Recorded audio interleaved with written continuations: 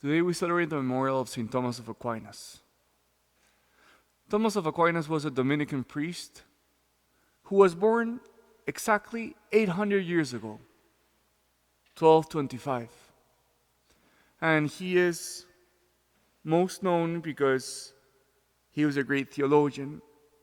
He is called by the church the Angelic Doctor, because his doctrine, his writings are so full of clarity and deepness that seem to come not from a human rationality but from an angelic intelligence.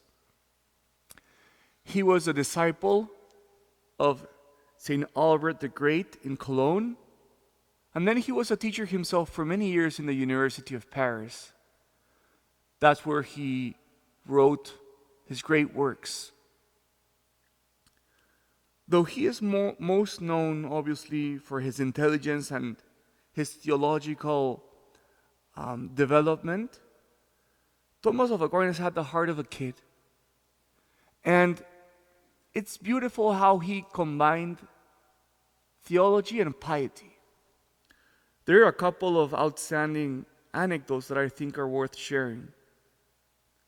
His biographers say that when he was writing and he encountered any difficult topic that he did not know how to solve, do you know what he did? He went into the chapel, he opened the tabernacle, and he stuck his head inside of the tabernacle, hoping to find illumination in God's grace.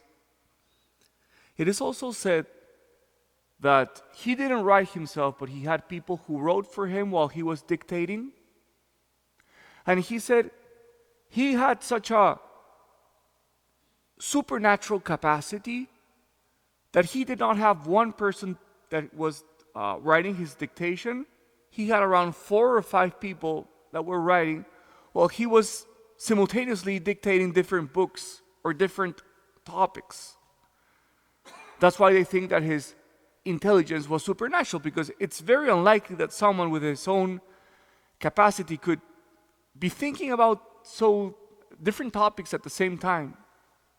They also say that he was a relentless worker, and that many times while he was dictating, he would fall asleep out of tiredness, but then when he woke up, he would continue dictating at the same point where he left it.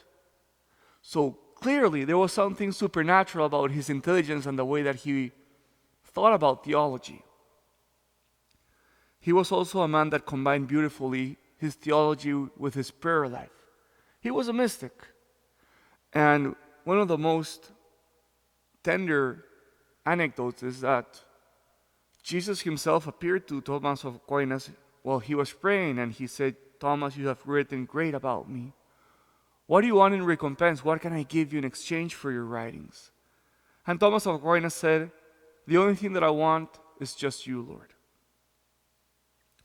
Let me finish with this. I also think it's important and valuable to see that not only was he moved by love in his theology, but he also made a great act of charity in his writings. Think about this. There are certain saints that are really outstanding in their acts of corporal charity. For example, Mother Teresa of Calcutta. And she fed the poor, and she was there with those who were dying.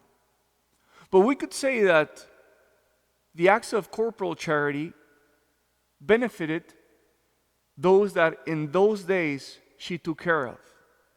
But Thomas of Aquinas did great acts of spiritual charity.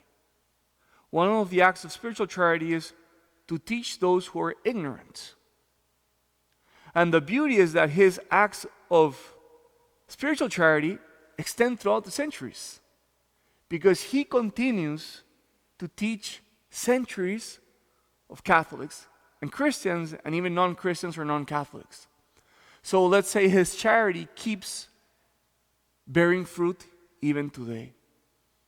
I think that today we can pray to Thomas of Aquinas, and we could ask of him that he could give us the love of theology that he had, because it's good to know our faith and to know it deeply.